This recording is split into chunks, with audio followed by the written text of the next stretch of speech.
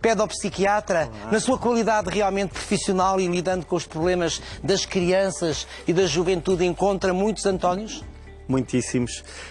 E estava aqui a ouvir esta quase sessão de psicoterapia. O Manuel, não sei se tem a noção disso, mas foi o que aconteceu. Não tenho. Que no fundo é a capacidade... Eu não me levo tanto a sério. Não, mas é a capacidade muito importante que nós hoje em dia também esquecemos de saber ouvir e compreender também já passei os outros. Por um processo depressivo, portanto entendo bem toda esta mecânica. Não, e isso é importante porque reforça aquela ideia que há pouco estávamos a dizer, que todos nós, e muitas vezes eu digo isto até a crianças e adolescentes com quem trabalho no dia-a-dia, todos nós teremos obviamente pontos fortes e pontos fracos.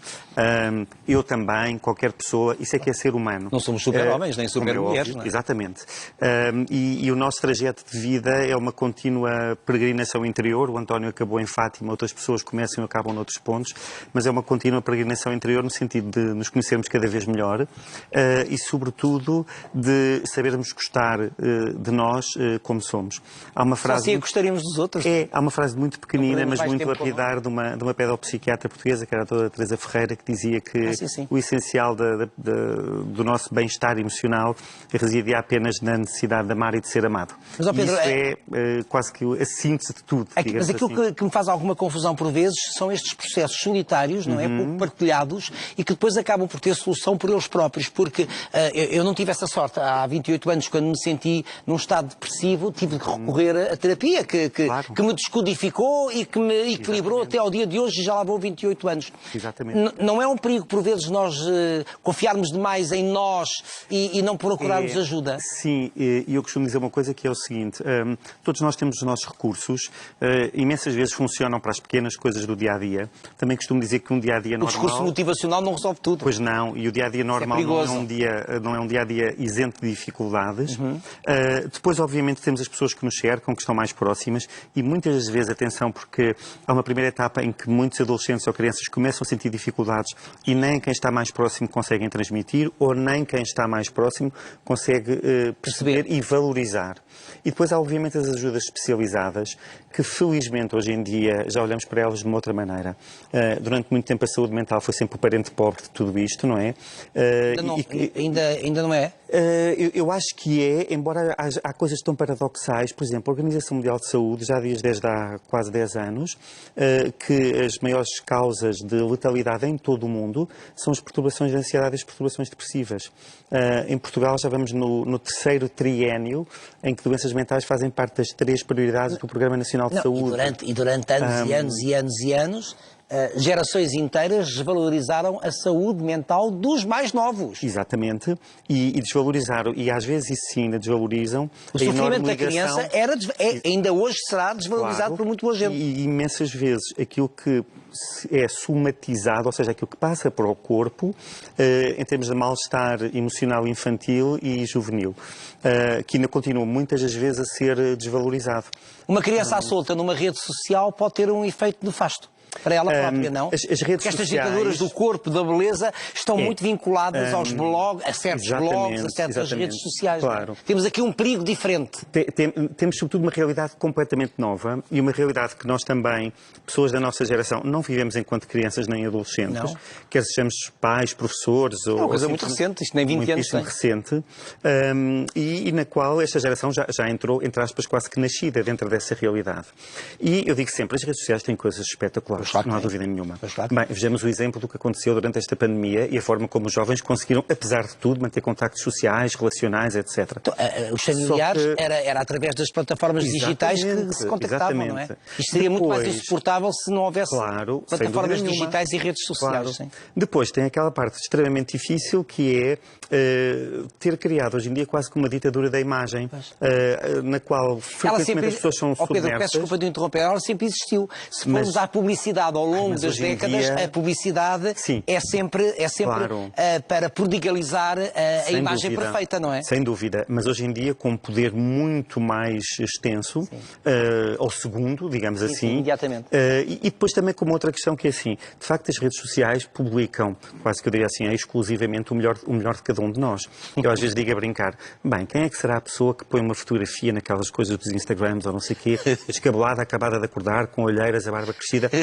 em princípio não vai pôr isso, não é? Vai pôr qualquer coisa que parece mais idílica. E quando põe é arrasada, não se preocupe. Então se for uma figura pública é arrasada. Exatamente. Sim. E, portanto, esta questão da autoimagem corporal hoje em dia tem um peso brutal nos adolescentes e também às vezes nas crianças, mas criando também uma sensação muito falsa, voltando ao que estávamos a dizer há pouco, que é temos que ser perfeitos. E nunca nenhum de nós é perfeito. Podemos estar melhor, podemos de facto que bom querer... Que sermos imperfeitos. Exatamente. E trabalhar as imperfeições. Isso é que faz parte da própria condição humana, sem dúvida, não é?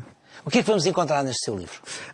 Olha, vamos encontrar... Porque o corpo é que paga realmente. Exatamente. Todos os problemas mentais é o corpo que paga. Sim. Aliás, viu-se nestas duas histórias. Falámos aqui muito da questão da alimentação, podíamos ter falado, falámos nas ideias suicidas ou nas tentativas de suicídio, poderíamos falar imenso, por exemplo, nas automutilações dos jovens, como poderíamos falar de imensas outras coisas, até como, por exemplo, o sofrimento emocional, que resulta de todas as situações de bullying, e hoje em dia até do ciberbullying. Pronto. Exatamente, através justamente das plataformas. É uma outra realidade.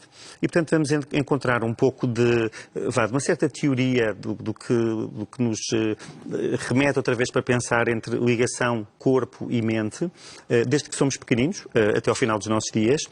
Vamos encontrar também pequeninos exemplos clínicos, que servem sempre para que as pessoas se possam identificar com determinadas situações.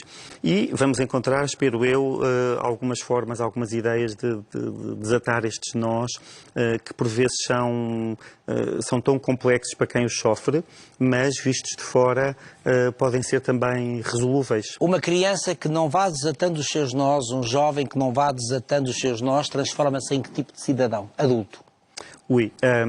Pois a questão é essa, é que finalmente, e sobretudo nos últimos 50 anos, nós começamos a perceber muito bem o peso que tem todas as experiências emocionais infantis e adolescentes naquilo que cada um de nós depois vai ser em termos da estruturação. Há quem diga que a infância é a nossa pátria, não é? Exatamente, sim, sem dúvida. É o nosso território de base. É. E digo sempre está lá que... tudo. E o crescimento interior é sempre sediado em raízes ou em alicerces mais ou menos fortes que de facto reportam a essa fase. E portanto é assim, acho que hoje em dia os adultos o que acabam por fazer, embora muitos deles também não reparem nisso, é viver cada vez mais em sociedades altamente narcísicas, em que as pessoas pensam sobretudo em si próprias. Uma coisa é gostarmos de nós para gostar dos outros, como é óbvio. Mas não é para assumirmos uma atitude narcísica. Exatamente, ou tornarmos o centro de tudo, e em que, por exemplo, fazemos até do uso das relações com os outros uma mera organização funcional, digamos assim. Adultos muitas das vezes esgotados e descontentes consigo próprios, porque, por exemplo, e esta questão está bem referida aqui também no livro, não fazem um equilíbrio suficientemente bom entre o seu trabalho, o tempo de lazer, o que investem numa carreira ou numa profissão. Aliás, levam os problemas do trabalho para casa. Completamente, e as pessoas devem cada vez mais... Inquina logo a relação entre familiares. Claro, e as pessoas devem investir cada vez mais no tempo de família, no tempo de pausa. Há bocado a Luísa, que estava ali a fazer aqueles magníficos pastelinhos, eu prometo que vou experimentar tinha um cheiro ótimo, falou nesta questão da alma e como nós podemos perder esta ligação e também o contacto com as coisas mais simples. Falamos do exercício físico, podemos falar do contacto com a natureza, de seguir regras, horas, ritmos que são muito mais naturais para connosco próprios e que nos ajudam imenso em termos de mente e também de corpo. Por exemplo, há experiências interessantíssimas do que é a modificação do nosso metabolismo, quando temos, imagine, experiências de passeios a pé no meio da natureza.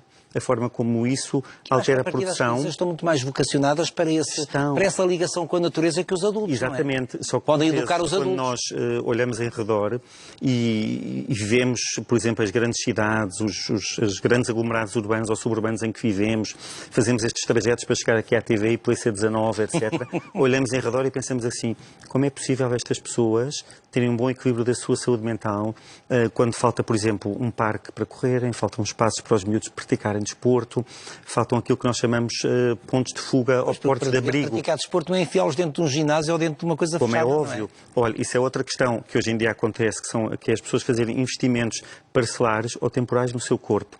Os ginásios têm picos de aderência no pré-verão, claro. Exatamente, e depois tem o seu Porque drop. A preocupação é exibir um corpo, é perante os outros. Claro, não é estar suficientemente bem consigo próprio, está a ver?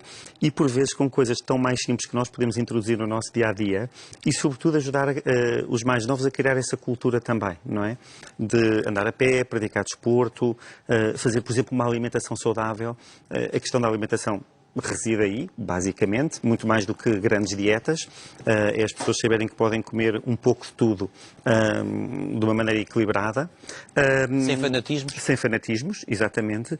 E depois, como falou a Luísa, encontrarmos por vezes pontos também para o nosso próprio silêncio, que são aqueles pontos que nos ajudam a pensar um bocadinho melhor connosco próprios e às vezes a ir mais fundo dentro de tantas questões que já estão lá dentro, como vimos aqui também no caso do António, e que parecem ainda completamente submersas, digamos assim. Eu acho que esta pergunta não se consegue responder. As crianças têm tudo hoje em dia para ser mais infelizes ou felizes? À partida, tem muitíssimo mais coisas para ser felizes, não haja dúvida nenhuma. É uma outra questão que por vezes pode ser um bocadinho perturbadora, que é, de tanto terem, não conseguem tolerar e integrar bem o por vezes não terem. Por vezes a sensação de frustração. É como se eu dissesse que, se calhar há uns anos atrás, muitas das nossas crianças teriam, se calhar do ponto de vista emocional e de experiências de vida, o copo muito baixinho em termos de nível de água e, portanto, sentiam uma grande necessidade de coisas que lhes faltavam. Hoje em dia, se calhar, muitas têm o copo muito mais cheio do que de antes, mas, mesmo assim, há sempre o desejo de querer mais e querer mais. E é isso que, por vezes, leva a situações de maior tensão, ansiedade, de um não estar bem em si e no seu próprio corpo. Sr. Doutor, muito obrigado. O Corpo é que Paga é um livro editado pela Contraponto, um livro de autoria do Dr. Pedro Stresch. Exatamente. E queria só terminar fazendo uma pequena referência que nós já estamos a fazer em Voz Off.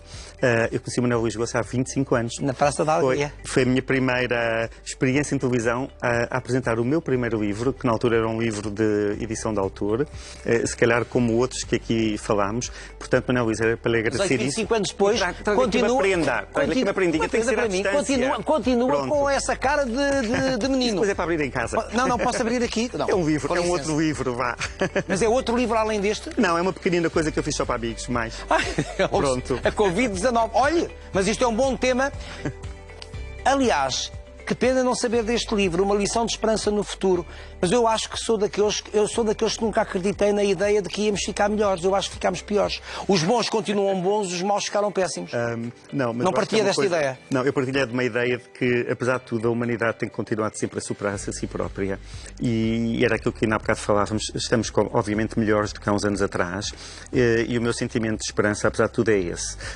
E mesmo para todas as pessoas que continuaram a fazer televisão ao longo destes dias muito difíceis e tudo mais, mesmo que também não compreendam isso, estão obviamente a dar uma lição de esperança e de alegria para todos os outros e no fundo a fazer estas ligações entre corpo e mente e tudo o resto. Vou ler com toda a atenção e temos aqui já metido para outra conversa brevemente. Muito obrigado, agora Sr. Doutor. ficamos no Corpo é que Muito obrigado. Obrigado. Deixa a questão bem a buscar.